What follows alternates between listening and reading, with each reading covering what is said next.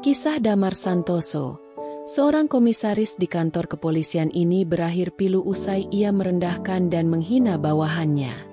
Hujan turun deras membasahi halaman kantor kepolisian malam itu, menciptakan genangan-genangan kecil di sepanjang trotoar.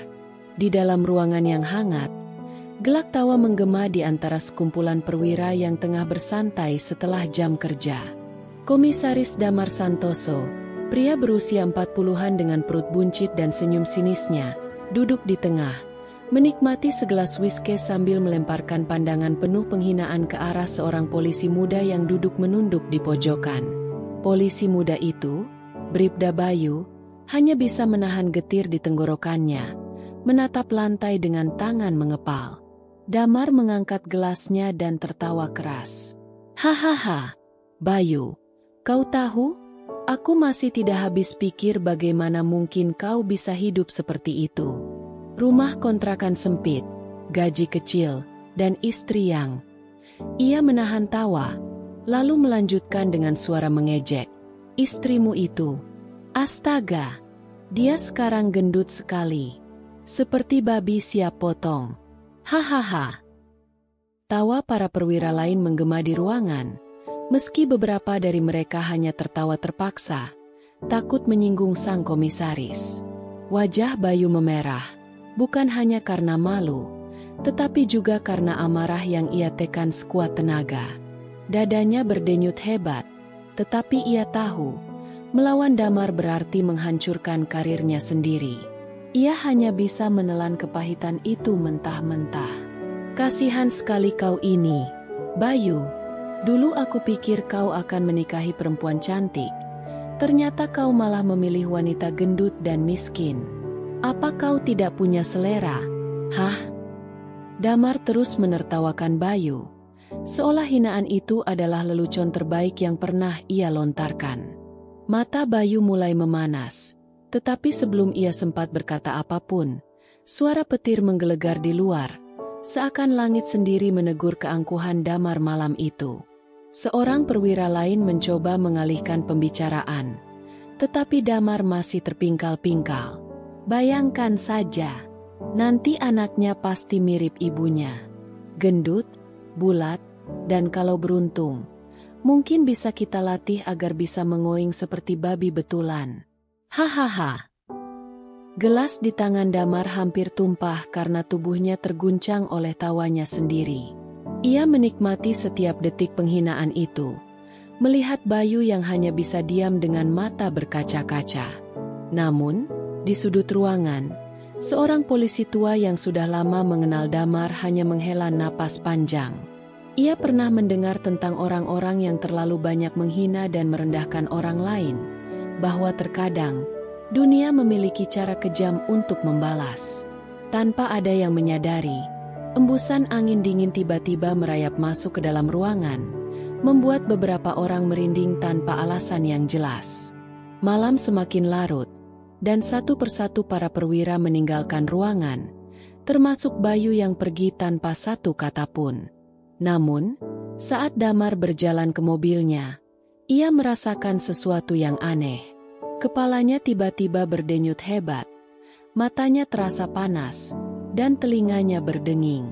Ia menggelengkan kepala, mencoba mengusir rasa tidak nyaman itu. Sial, mungkin aku terlalu banyak minum, gumamnya. Tanpa ia sadari, dalam bayangan yang memantul di kaca jendela mobil, bentuk kepalanya tampak berubah. Sekilas, hidungnya terlihat lebih lebar, telinganya lebih besar, dan kulitnya mulai tampak kasar. Namun, Damar terlalu sibuk dengan dirinya sendiri untuk menyadari bahwa malam ini, kutukan telah mulai bekerja. Damar terbangun dengan kepala berdenyut hebat, seolah ada ribuan jarum menusuk tengkoraknya. Matahari belum sepenuhnya naik, namun keringat dingin telah membanjiri pelipisnya. Ia meraba wajahnya dengan gerakan malas, tetapi entah mengapa, kulitnya terasa berbeda, lebih kasar, lebih tebal. Masih dalam kondisi setengah sadar, ia berjalan ke kamar mandi, menyalakan lampu, dan menatap bayangannya di cermin. Saat itulah, Napasnya tercekat. Yang menatap balik bukanlah wajahnya yang biasa. Mata Damar membelalak saat melihat moncong pendek mulai menonjol dari hidungnya. Kulit di sekitar pipinya tampak mengeras. Telinganya tampak lebih lebar. Dan lubang hidungnya membesar seperti seekor babi. Ia menggosok wajahnya dengan kasar. Berharap ini hanya efek sisa mabuk semalam. Namun, bayangan di cermin tidak berubah. Justru semakin jelas. Semakin nyata. Tidak, ini tidak mungkin. Suaranya terdengar serak dan berat. Dengan panik, ia meraih air dan mencuci wajahnya berkali-kali. Tapi tidak ada yang berubah. Jantungnya berdetak liar. Kepalanya dipenuhi ketakutan yang belum pernah ia rasakan sebelumnya. Rasa panas menjalar di kulitnya. Seakan sesuatu tengah tumbuh dari dalam dirinya. Menggantikan wujud manusianya perlahan-lahan. Tiba-tiba, pintu kamar mandi diketuk keras. "Pak, ada apa?" Saya dengar suara aneh dari dalam. Itu suara istrinya, Rani. Damar menatap cermin sekali lagi, melihat mata hitamnya yang kini tampak lebih bundar dan kosong, seperti mata seekor hewan ternak. Dalam kepanikan, ia buru-buru mengambil handuk dan menutup wajahnya. "Tidak ada apa-apa. Aku hanya pusing." Suaranya bergetar, terdengar hampir seperti dengusan kasar. Rani terdiam di balik pintu, lalu dengan nada ragu berkata, "Baiklah, saya buatkan teh. Mungkin bisa membantu." Damar menunggu sampai langkah istrinya menjauh sebelum ia kembali menatap bayangan mengerikan di cermin. Ia mencoba berpikir jernih. Mungkin ini hanya reaksi alergi? Atau efek samping dari minuman keras semalam? Ya, itu pasti alasannya. Ia harus ke dokter secepatnya. Tanpa membuang waktu, ia mengenakan masker dan topi besar untuk menyembunyikan wajahnya yang berubah. Lalu bergegas keluar rumah dengan langkah tergesa. Di sepanjang perjalanan ke rumah sakit, Damar merasa ada yang semakin salah. Telinganya terasa makin besar. Suara pernapasannya terdengar seperti dengusan babi yang berat. Bahkan, saat ia melewati seorang pengemis di lampu merah, pria tua itu menatapnya tajam dan berbisik dengan suara serak. "Hati-hati, Pak. Dunia tidak butuh manusia berhati babi." Damar tersentak. Bagaimana pria itu bisa tahu? Atau, apakah ia hanya berhalusinasi? Sesampainya di rumah sakit, Damar langsung menemui seorang dokter spesialis kulit. Ia mencoba tetap tenang. Tetapi saat dokter itu membuka masker yang menutupi wajahnya, ia membeku. Mata dokter itu membelalak. Wajahnya berubah pucat. "Pak, ini," kata-katanya terputus. Dan tanpa sadar ia mundur selangkah, seakan sedang melihat sesuatu yang mustahil. Damar menatap wajahnya di refleksi layar komputer di meja dokter. Kepalanya sudah lebih mirip seekor babi. Moncongnya memanjang, kulitnya semakin kasar, dan bulu-bulu halus mulai tumbuh di sekitar pipinya.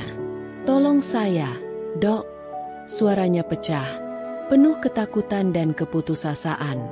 Tapi dokter hanya terdiam, tidak tahu harus berkata apa. Saat itu, Damar akhirnya menyadari bahwa ini bukan sekadar penyakit biasa. Ini adalah sesuatu yang jauh lebih mengerikan. Kutukan itu benar-benar nyata. Damar berlari keluar dari rumah sakit dengan napas memburu. Tangannya gemetar saat ia menarik masker kembali menutupi wajahnya. Pandangan dokter yang penuh ketakutan dan rasa jijik masih terbayang jelas di benaknya. Ia merasa seakan semua mata tertuju padanya. Seakan semua orang bisa melihat apa yang sedang terjadi. Dengusan berat keluar dari hidungnya, atau lebih tepatnya, dari moncongnya. Ia menutup mulutnya dengan tangan gemetar. Mencoba menyangkal kenyataan yang perlahan merenggut tubuhnya. Ia masuk ke dalam mobilnya dengan tergesa-gesa, menyalakan mesin, dan langsung melaju kencang. Namun, semakin ia berusaha menenangkan diri, semakin jelas ia menyadari perubahan yang terus terjadi. Telinganya kini bergerak sendiri, mendengar suara dengan lebih tajam dari sebelumnya. Ia bisa mendengar obrolan orang-orang di trotoar meskipun jendela mobil tertutup rapat. Bahkan, ia bisa mencium aroma makanan dari warung di pinggir jalan dengan begitu tajam, seakan insting hewani dalam dirinya mulai mengambil alih. Rasa panik menguasainya. Ini bukan penyakit biasa, bukan reaksi alergi atau efek samping minuman keras. Ini adalah sesuatu yang lebih dalam, sesuatu yang berasal dari luar logika manusia. Sebuah kutukan. Namun, siapa yang bisa melakukan ini padanya? Dan kenapa? Damar mengerang frustasi, lalu tiba-tiba teringat sesuatu. Bribda Bayu. Anak muda itu telah menjadi sasaran hinaannya selama ini. Dan istrinya. Ya, istrinya yang ia sebut, gendut seperti babi. Bisa saja keluarga itu memiliki hubungan dengan orang-orang yang paham ilmu gaib. Apakah mungkin mereka yang mengutuknya? Tanpa berpikir panjang, Damar langsung mengarahkan mobilnya menuju rumah Bayu. Sepanjang perjalanan, ia merasakan semakin banyak perubahan pada tubuhnya. Kulit di lehernya mulai terasa kasar, gatal, dan saat ia menggaruknya, ia bisa merasakan sesuatu seperti bulu kasar mulai tumbuh.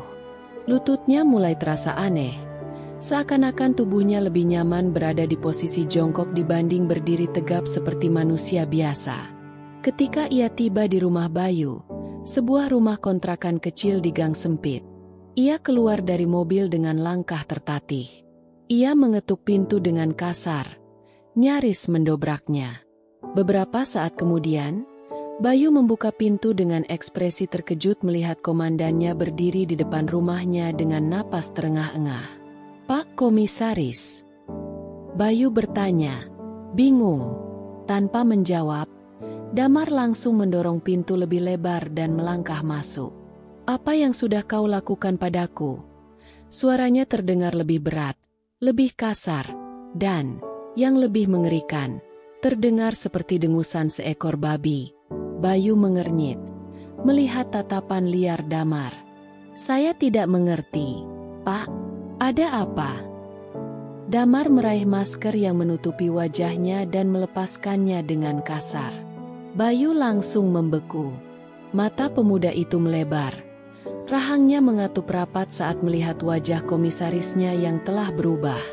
Sebuah moncong pendek, hidung besar dengan lubang yang membesar, dan kulit yang mulai mengeras dengan bulu-bulu halus di sekelilingnya.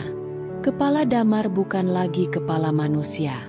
Sari, istri Bayu, yang sedang duduk di ruang tamu ikut melihat kejadian itu dan menutup mulutnya dengan tangan. Mata wanita itu bergetar ketakutan. Tetapi ada sesuatu dalam tatapannya, sesuatu yang berbeda dari sekadar takut. Belas kasihan. Bayu, yang masih terdiam, akhirnya menarik napas panjang dan berkata, "Pak, apa yang terjadi pada Anda?" Damar menatapnya tajam.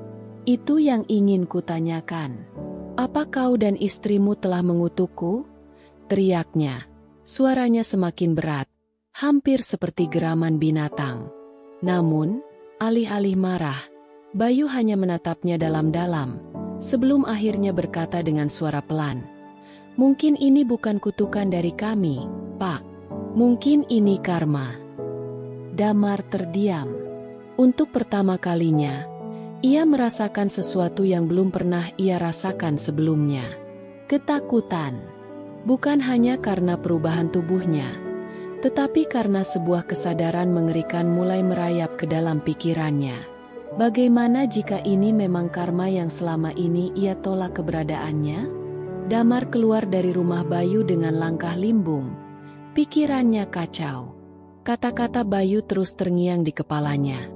"Mungkin ini bukan kutukan dari kami, Pak. Mungkin ini karma." Karma? Omong kosong apa itu? Selama ini ia percaya bahwa kekuasaan dan uang adalah hukum yang sesungguhnya. Ia yang berkuasa, dan yang lemah hanya bisa tunduk. Lalu kenapa sekarang justru ia yang dipermalukan seperti ini? Ia kembali ke rumah dengan hati yang dipenuhi ketakutan dan amarah. Namun, begitu ia membuka pintu, ia mendapati istrinya, Rani, berdiri dengan wajah tegang. Mata wanita itu menatapnya dengan ekspresi yang sulit dijelaskan, antara jijik, takut, dan tidak percaya. Di tangannya ada koper besar yang sudah dikemas. "Apa yang kau lakukan, Rani?" Suara Damar bergetar, sebagian karena emosi, sebagian karena perubahan dalam dirinya semakin terasa. Rani menelan ludah, mencoba menahan gemetar di tubuhnya. "Aku tidak bisa lagi tinggal denganmu, Damar." Ucapan itu menusuk lebih dalam dari yang ia kira. "Apa maksudmu? Aku suamimu. Kau tidak bisa meninggalkanku begitu saja." Damar mengulurkan tangan, tapi Rani mundur. Tatapannya penuh ketakutan. Kau bukan Damar yang aku kenal. Lihat dirimu. Aku tidak tahu apa yang terjadi padamu, tapi aku tidak ingin terjebak dalam mimpi buruk ini." Mimpi buruk? Jadi sekarang ia hanyalah monster bagi istrinya sendiri? Amarah mulai berkecamuk dalam dirinya. "Jadi kau pergi hanya karena aku tidak lagi tampan di matamu, begitu? Di mana sumpahmu untuk tetap bersamaku dalam keadaan apapun?" Rani menggigit bibirnya, menahan air mata yang hampir jatuh. "Sumpah itu hanya berlaku jika kau masih manusia, Damar. Tapi sekarang, aku tidak tahu lagi apa yang sedang berdiri di depanku." Ia menarik koper dan berjalan cepat keluar, meninggalkan Damar yang berdiri terpaku, napasnya memburu. Untuk pertama kalinya dalam hidupnya, Damar merasa benar-benar sendirian. Ia tersungkur di lantai, mengusap wajahnya yang kini sepenuhnya berubah menjadi wajah seekor babi. Ia ingin marah, ingin berteriak, ingin menghancurkan sesuatu. Tapi untuk apa? Tidak ada lagi yang peduli padanya. Keesokan harinya, berita tentang pemecatannya dari kepolisian tersebar luas. Atasan menganggapnya mengalami gangguan mental, sementara rekan-rekannya yang dulu segan padanya kini hanya berbisik-bisik, menertawakan nasib buruknya. Tidak ada yang mencoba membantunya. Tidak ada yang membelanya. Dunia yang dulu tunduk kepadanya kini menjauh, membuangnya seperti sampah. Damar yang dulu adalah komisaris berkuasa, pria yang ditakuti banyak orang. Tapi kini, ia bukan siapa-siapa. Ia bukan lagi manusia. Ia adalah seekor babi dalam tubuh manusia, tersisih dan dicampakkan oleh dunia yang dulu ia injak-injak dengan kesombongannya sendiri. Damar berjalan tanpa tujuan di lorong-lorong kota. Wajahnya tertutup hoodie besar untuk menyembunyikan wujudnya yang kini lebih menyerupai seekor babi daripada manusia. Setiap langkah terasa berat, bukan hanya karena tubuhnya yang semakin berubah, tetapi juga karena kenyataan bahwa tidak ada lagi tempat untuknya di dunia ini. Ia bukan lagi komisaris yang dihormati, bukan lagi pria yang disegani. Ia hanyalah bayangan dari dirinya yang dulu, tersesat dalam kutukan yang ia sendiri tak mengerti. Semua orang yang pernah dekat dengannya telah pergi. Rani meninggalkannya, teman-teman sesama perwira mencampakkannya, dan institusi yang dulu ia kuasai menyingkirkannya tanpa ragu. Bahkan, harta yang ia kumpulkan selama bertahun-tahun tidak lagi berarti. Tak ada satupun rumah sakit yang mau menerimanya. Tak ada satupun orang yang mau mendekat tanpa tatapan jijik atau ketakutan. Ia benar-benar sendirian. Suatu malam, ia menemukan dirinya berdiri di depan sebuah warung kecil di pinggiran kota. Dari dalam, terdengar suara tawa keluarga sederhana yang tengah makan malam bersama. Damar hanya bisa menatap dari kejauhan, merasakan sesuatu yang dulu tidak pernah ia pedulikan. Kerinduan akan kehangatan yang pernah ia miliki. Dahulu, ia menertawakan orang-orang seperti mereka, menganggap mereka lemah dan tidak berarti. Kini, ia yang menjadi sosok yang tidak berarti. Saat ia berbalik untuk pergi, seorang anak kecil dari dalam warung menatapnya dengan polos. "Om, kenapa pakai hoodie? Panas." "Loh." Suaranya jernih, tanpa rasa takut atau jijik seperti orang-orang dewasa. Damar terdiam, ingin menjawab. Tapi ia tahu suaranya pun kini sudah berat dan aneh. Sang ibu buru-buru menarik anaknya ke dalam, menutup pintu, seolah Damar adalah hantu yang harus dijauhi. Ia menghela napas panjang dan melangkah pergi. Ia bukan lagi bagian dari dunia ini. Tidak ada yang bisa ia lakukan untuk mengubah nasibnya. Tidak ada yang bisa ia lakukan untuk kembali. Tapi ada satu hal yang kini ia mengerti. Ini bukan sekadar kutukan. Ini adalah balasan atas semua perbuatan buruk yang ia lakukan selama ini. Damar akhirnya menemukan tempat di pinggiran kota. Sebuah gubuk reot yang terbengkalai. Ia hidup dari sisa makanan yang ia temukan di tempat sampah. Dari belas kasihan orang-orang yang tidak mengenalnya. Tidak ada lagi whisky mahal. Tidak ada lagi jabatan tinggi. Tidak ada lagi tawa mengejek. Hidupnya kini adalah bayangan dari dosa-dosa masa lalunya. Namun, di balik kesepian dan kehancuran itu, ada sesuatu yang perlahan tumbuh dalam dirinya. Sebuah kesadaran bahwa selama ini, ia telah hidup dengan cara yang salah. Bahwa setiap hinaan, setiap tawa jahatnya terhadap orang lain, kini kembali kepadanya dengan cara yang paling menyakitkan. Ia tidak tahu apakah ada cara untuk menghilangkan kutukan ini, atau apakah ia akan tetap seperti ini selamanya. Tapi satu hal yang pasti, untuk pertama kalinya dalam hidupnya, ia menyesal. Karma itu nyata. Kita mungkin merasa berkuasa hari ini, merasa bisa merendahkan orang lain tanpa konsekuensi, tetapi hidup selalu punya caranya sendiri untuk menyeimbangkan segalanya. Jangan pernah meremehkan penderitaan orang lain, karena roda kehidupan selalu berputar. Hargailah setiap orang, baik mereka yang ada di bawah maupun di atas kita. Jangan biarkan kesombongan membuat kita buta akan nilai kemanusiaan. Karena ketika semuanya telah terlambat, penyesalan tidak akan bisa mengembalikan apa yang telah hilang. Bagaimana menurut kalian kisah ini? Apakah Damar pantas menerima nasibnya? Atau seharusnya ia diberi kesempatan kedua? Tulis pendapat kalian di kolom komentar. Jangan lupa like, komen, dan subscribe untuk cerita-cerita menarik lainnya. Sampai jumpa di video berikutnya.